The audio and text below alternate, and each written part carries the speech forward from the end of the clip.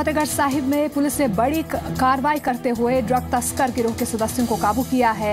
इस गिरोह के निशाने पर सबसे ज्यादा युवा ही रहते थे। ड्रग्स पढ़ाई करने वाला गिरोह कॉलेज और यूनिवर्सिटी के छात्रों को अपने जाल में फंसाता था। नशे से सबसे ज्यादा असर किसी पर पड़ रहा है तो वो है युवा।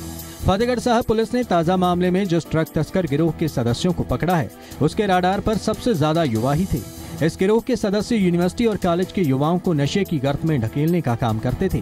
पुलिस ने इनसे 20 ग्राम हेरोइन सहित 3 पिस्टल और 19 कारतूस बरामद किए हैं। गिरोह के 2 सदस्यों की पुलिस को अभी भी तलाश है। ये गिरोह विवादित जमीन पर भी कब्जा करने का काम करता था। उनके खिलाफ दूसरे राज्यों में भी हत्या और लूट के कई मामले दर्ज हैं। ये लोग जो है कॉलेजेस और यूनिवर्सिटीज़ के अंदर जो है ड्रग्स सप्लाई करते हैं स्टूडेंट्स को, तो इनके ऊपर सोर्स जब उन्हें लगाया तो इनको हमने अरेस्ट किया है। इनके ऊपर FIR रजिस्टर की है, जिसके बाद इनके पास से जो रिकवरी हुई टोटल 20 ग्राम हेरोइन की हुई है और 5 वेपन इनके पास से हमें मिलेंगे। आपको क्या लगता है इनका और भी मेंबर्स हो सकते हैं? जी हाँ 2 और नाम भी हैं जिन्होंने अभी अरेस्ट करना है, तो उनके पीछे भी हम लोग लगे हैं। कैप्टन सरकार के सत्ता में आने के बाद नशे की तस्करी करने वालों के खिलाफ अभियान जोरों पर है। उसी कड़ी में फतेहगढ़ साहब पुलिस के हाथ बड़ी कामयाबी लगी है। इस गिरोह के ज्यादा सदस्य 30 से 35 वर्ष के बीच हैं और सभी 12वीं और BA पास हैं। फतेहगढ़ साहब से हरप्रीत सिंह, जी मीडिया। मुक्तसर के औलख गांव के गुरुद्वारे में आग लगने से श्री गुरु ग्रंथ साहिब के 7 पावन स्वरूप जल गए हैं। ग्रंथी ने मामले की जानकारी SGPC के सदस्यों को दे दी है। पंजाब सरकार ने मामले को गंभीरता से लेते हुए ADC मुक्तसर को 2 दिन में रिपोर्ट सौंपने को कहा है। मुक्तसर के गांव औलख के इस गुरुद्वारे में अचानक लगी आग से हड़कंप मच गया। गुरुद्वारे में से धुएं और आग की लपटें निकलने लगी। ग्रंथी ने मामले की जानकारी SGPC के सदस्यों को दी, जिसके बाद प्रशासनिक अधिकारी भी मौके पर पहुंच गए। लेकिन इस आग में गुरु ग्रंथ साहिब के 7 पावन स्वरूप जल गए। बताया जा रहा है कि शॉर्ट सर्किट के चलते ये हादसा हुआ है। लोगों के मुताबिक जहां गुरु ग्रंथ साहिब के स्वरूप रखे हुए थे वहां लगा पंखा लगातार चलता रहता था, लेकिन अचानक गर्म होने के चलते पंखा नीचे गिर गया और इस गर्म पंखे से धार्मिक ग्रंथ के अंग जल गए। अचानक ही जी ਸਾਨੂੰ ਤਾਂ ਪਤਾ ਲੱਗਿਆ ਜੀ ਇਹ ਦਰਬਾਰ ਸਾਹਿਬ ਦਾ ਗੇਟ ਬੰਦ ਸੀਗਾ ਜੀ, ਅੰਦਰ ਪਏ ਸੀ ਜੀ ਸਰੂਪ ਮਹਾਰਾਜ ਦੇ। ਜਦੋਂ ਅੰਦਰੋਂ ਧੂਆਂ ਨਿਕਲਿਆ ਬਾਬਾ ਜੀ ਯੂਨਿਟਾਂ ਉੱਤੇ ਚੈੱਕ ਕਰੀ ਜਾਂਦੇ ਸੀ, ਸਪੀਕਰ ਖਰਾਬ ਸੀਗਾ। ਸ਼ਾਮ ਦਾ ਟਾਈਮ ਸੀ ਜੀ ਤੇ ਅਚਾਨਕ ਜਦੋਂ ਧੂਆਂ ਨਿਕਲਿਆ ਗੁਰਦੁਆਰਾ ਸਾਹਿਬ ਸਾਰੇ ਆ ਕੇ ਦੇਖਿਆ, ਧੂਏ ਦਾ ਪਤਾ ਨਾ ਲੱਗਿਆ। ਬਾਬਾ ਜੀ ਨੇ ਸਪੀਕਰ 'ਚ ਆਵਾਜ਼ ਦੇਤੀ। ਇਹਨਾਂ ਨੂੰ ਜਦੋਂ ਅਸੀਂ ਗੇਟ ਖੋਲ੍ਹਿਆ ਤਾਂ ਅੰਦਰੋਂ ਅੱਗ ਬਹੁਤ ਜ਼ਿਆਦਾ ਤੇਜ਼ ਸੀ ਜੀ ਤੇ ਉਹ ਪੱਖੇ ਦਾ ਜਿਹੜਾ ਸੀ ਨਾ ਜੀ ਉਹ ਗਰਮ ਹੋ ਕੇ ਪੱਖਾ ਉੱਤੇ ਡਿੱਗ ਪਿਆ AC तो आग अगे फैल गई। SGPC ने पहले ही ग्रंथियों को आदेश दिए हुए हैं कि जिस चीज से गुरु ग्रंथ साहिब को नुकसान होने का डर हो उस चीज को धार्मिक ग्रंथ से दूर रखा जाए। हालांकि SGPC के सदस्य गुरपाल सिंह गोरा इस हादसे के लिए किसी को कसूरवार नहीं मानते। सारे नगर निवासियों ने ये कहा कि किसी का कोई कसूर नहीं। ये बिजली के नाल जो पक्षी सड़क से डिगी आग लगी वो करके नुकसान। हालांकि हादसे की वजह शॉर्ट सर्किट बताई जा रही है, लेकिन गुरुद्वारा साहब के ग्रंथियों को सचेत रहने की जरूरत है। मुक्तसर से कैमरामैन हरविंदर के साथ जसविंदर बब्बर, जी मीडिया।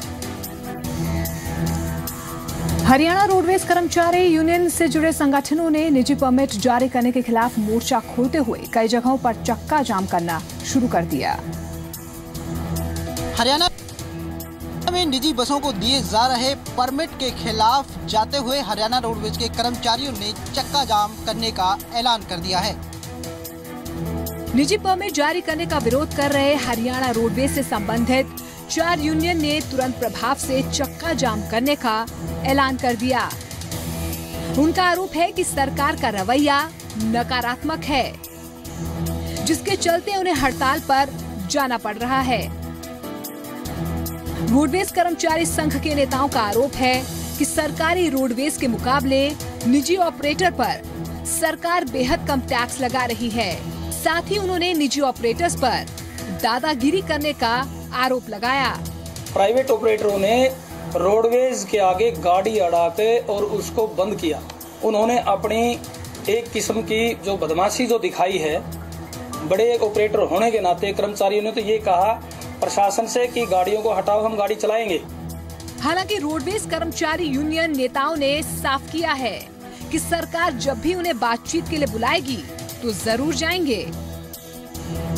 जैसे 3 दिन से एजुकेशन चला हुआ है, हमारे पास हम टेबल टॉक करके मामले को सुलझाना चाहते हैं और इसी संदेश पे हमारे पास कॉल आई, हम तुरंत सरकार के पास आए। हमने सारे इश्यूज को बताया कि ऐसे ऐसे बात है और इस इश्यूज को सुलझा लिया जाए। हम नहीं चाहते जनता के अंदर किसी को कोई परेशानी हो। ऐसे में सबसे ज्यादा दिक्कतें उन मुसाफिरों के लिए बढ़ गई हैं जो हर रोज हरियाणा रोडवेज की बसों में सफर करते हैं।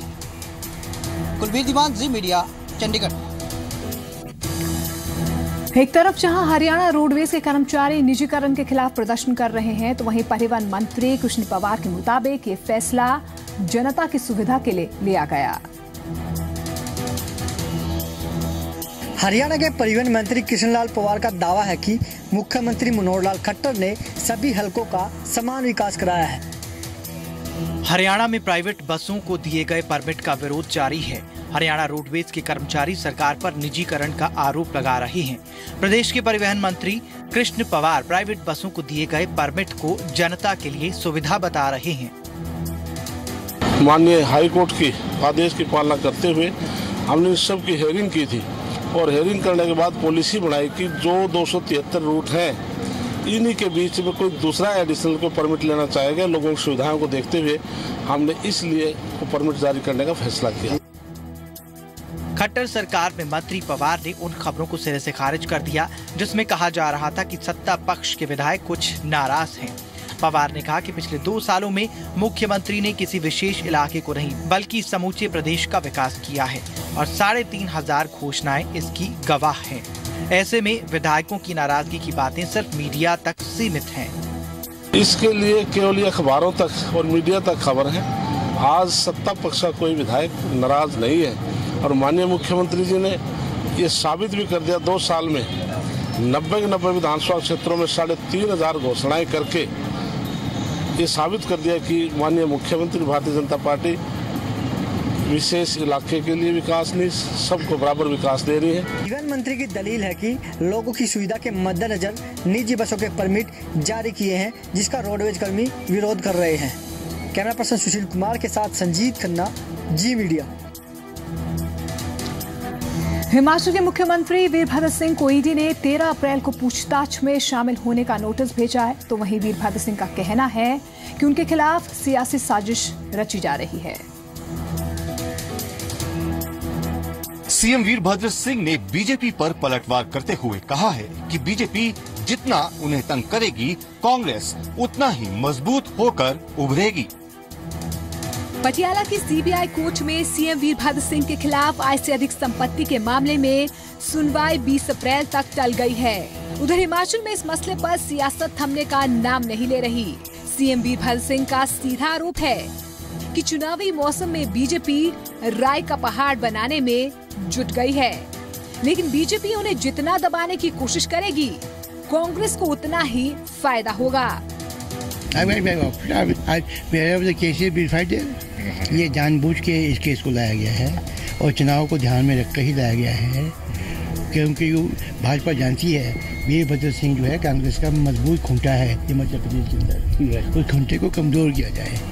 मगर बात यह है जितना ये मुझे तंग करेंगे इतना जो है वो गैंग जो है और ज्यादा उछलेगा और मेरी कोर्ट में आएगा। वीरभद्र सिंह लगातार बीजेपी पर सियासी साजिश रचने का आरोप जड़ रहे हैं, जबकि हिमाचल बीजेपी अध्यक्ष सतपाल सत्ती ने राजनीतिक षड्यंत्र से इनकार किया है। उनका आरोप है कि LIC एजेंट आनंद चौहान की तरह वीरभद्र सिंह भी सलाखों के पीछे होंगे। इस केस में मुख्य दोषी तो हिमाचल प्रदेश के मुख्यमंत्री वीरभद्र सिंह जी हैं। आनंद चौहान जी को भी माननीय न्यायालय ने दोषी माना होगा तो उनकी जैसे जमानत याचिका रद्द हुई है, हमारा ये मानना है कि इसी तरह का केस वीरभद्र सिंह जी के ऊपर चला करके उनको भी अंदर करना चाहिए। उनसे भी पूछा जाना चाहिए कि वो 6 करोड़ रुपया आया कहाँ से था, किसने वो रिश्वत के रूप में दिया और कैसे इन्होंने उसमें अपने लिए जो इसकी इंश्योरेंस थी वो करवाई। तो ये स्वयं दोषी है, इनके ऊपर भी कार्रवाई होनी चाहिए। सीएम वीरभद्र सिंह ने आय से अधिक संपत्ति मामले में कानूनी लड़ाई आखिरी दम तक लड़ने का ऐलान किया है।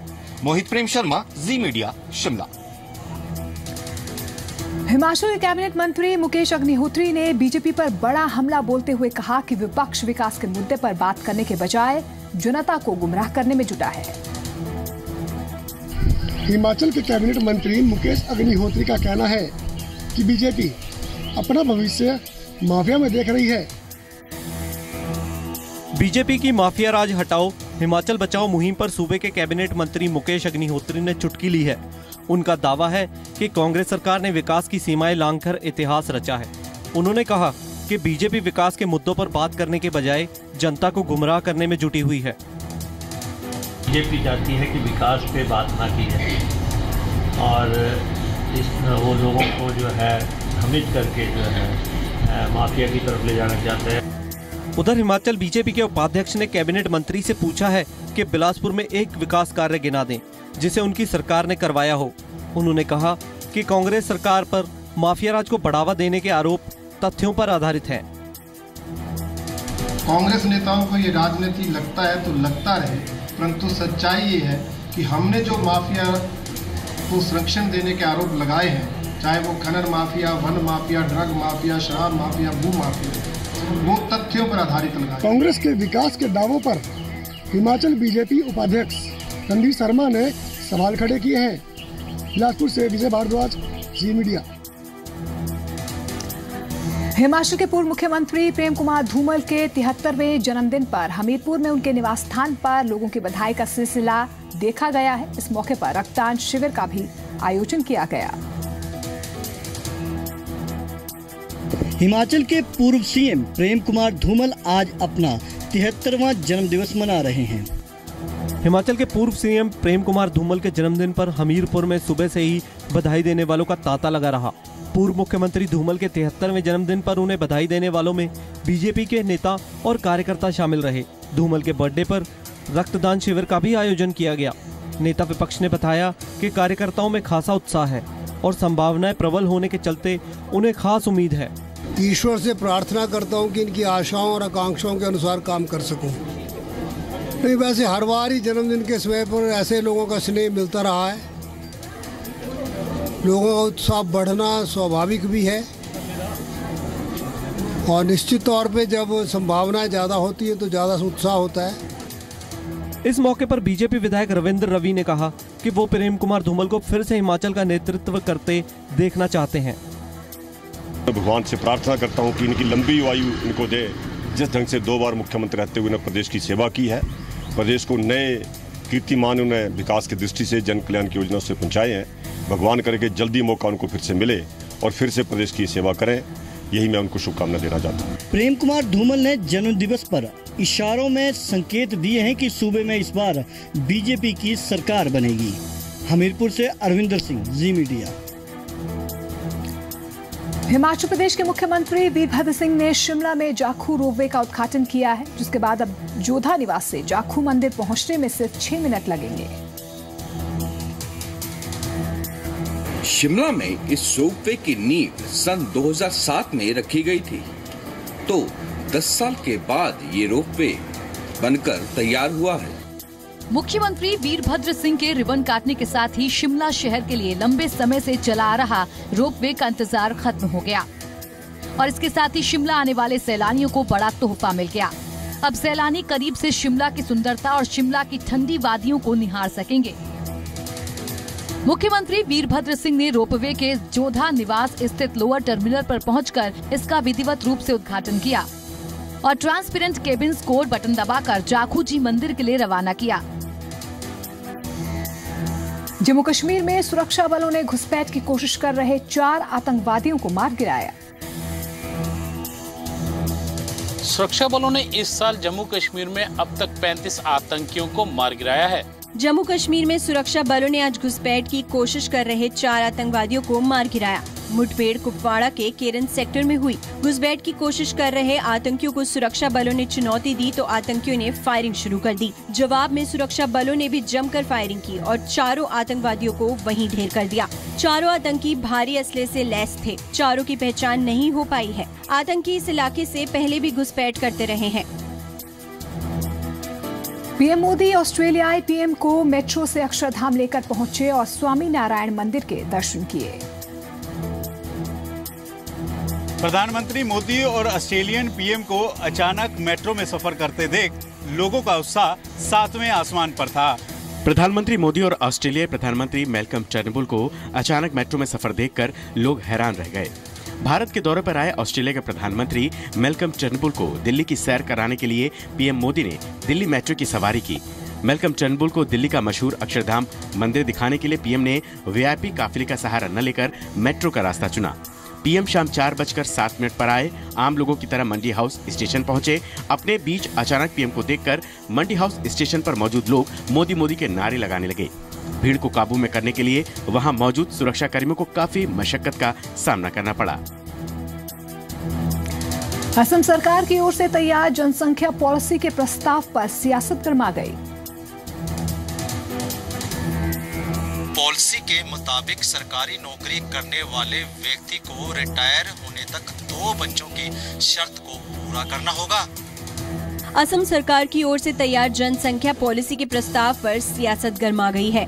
असम के स्वास्थ्य मंत्री हेमंत बिस्वा शर्मा ने जनसंख्या पॉलिसी पर जो प्रस्ताव पेश किया है उसके मुताबिक राज्य में 2 से ज्यादा बच्चे वाले माता पिता को सरकारी नौकरी नहीं मिलेगी। इसके अलावा कानून के मुताबिक तय उम्र से पहले शादी करने वाले लोग भी सरकारी नौकरी के लिए आवेदन नहीं कर पाएंगे। People having 2 children only will be eligible for government employment. जे जी लड़ा छाली 18 और 21 बছৰৰ তলত বিয়া হ'ব, they will completely ineligible for government job. Congress 2 घंटे में मुंबई से अहमदाबाद ये सपना अब हकीकत बनने ही वाला है। मुंबई अहमदाबाद रूट पर शुरुआती पॉइंट को लेकर विवाद सुलझा लिया गया है। ये तय हुआ है कि बुलेट ट्रेन अंडरग्राउंड स्टार्ट होगी। यानी कि बुलेट ट्रेन की तरफ देश ने एक और कदम बढ़ा दिया है। देश में 2023 तक चलने वाली बुलेट ट्रेन को पहला स्टेशन मिल गया है। बुलेट ट्रेन की बढ़ी रफ्तार। मुंबई में अंडरग्राउंड दौड़ेगी बुलेट ट्रेन। मोदी सरकार के महत्वाकांक्षी बुलेट ट्रेन ने अब रफ्तार पकड़ ली है। महाराष्ट्र सरकार बांद्रा कुर्ला परिसर बीकेसी में जमीन देने के लिए सहमत हो गई है। बीकेसी में Mumbai Ahmedabad high speed corridor के शुरुआती बिंदु को लेकर रेलवे और मुंबई महानगर रीजनल डेवलपमेंट अथॉरिटी के बीच विवाद था। एमएमआरडीए इसके लिए रेलवे को जमीन देने का मजबूती से विरोध कर रहा था। और अब जाते जाते देखिए मौसम का हाल। दिल्ली एनसीआर सहित हिसार के तापमान में कल के मुकाबले मामूली बढ़त दर्ज हुई है। चंडीगढ़ में आज भी अधिकतम तापमान 32 डिग्री सेल्सियस रिकॉर्ड किया गया, जबकि गुरुग्राम और दिल्ली के तापमान में बढ़त दर्ज की गई है। गुरुग्राम का अधिकतम तापमान 33 डिग्री सेल्सियस और दिल्ली का तापमान 34 डिग्री सेल्सियस रिकॉर्ड किया गया। हिसार का अधिकतम तापमान 35 डिग्री सेल्सियस रहा। उधर लुधियाना में अधिकतम पारा 31 डिग्री सेल्सियस और पटियाला और अमृतसर में 32 डिग्री सेल्सियस रिकॉर्ड किया गया। बठिंडा का तापमान 32 डिग्री सेल्सियस ही रिकॉर्ड किया गया। मनाली में अधिकतम तापमान 19 डिग्री सेल्सियस रिकॉर्ड हुआ, जबकि शिमला में 22 और धर्मशाला में 26 डिग्री सेल्सियस रहा।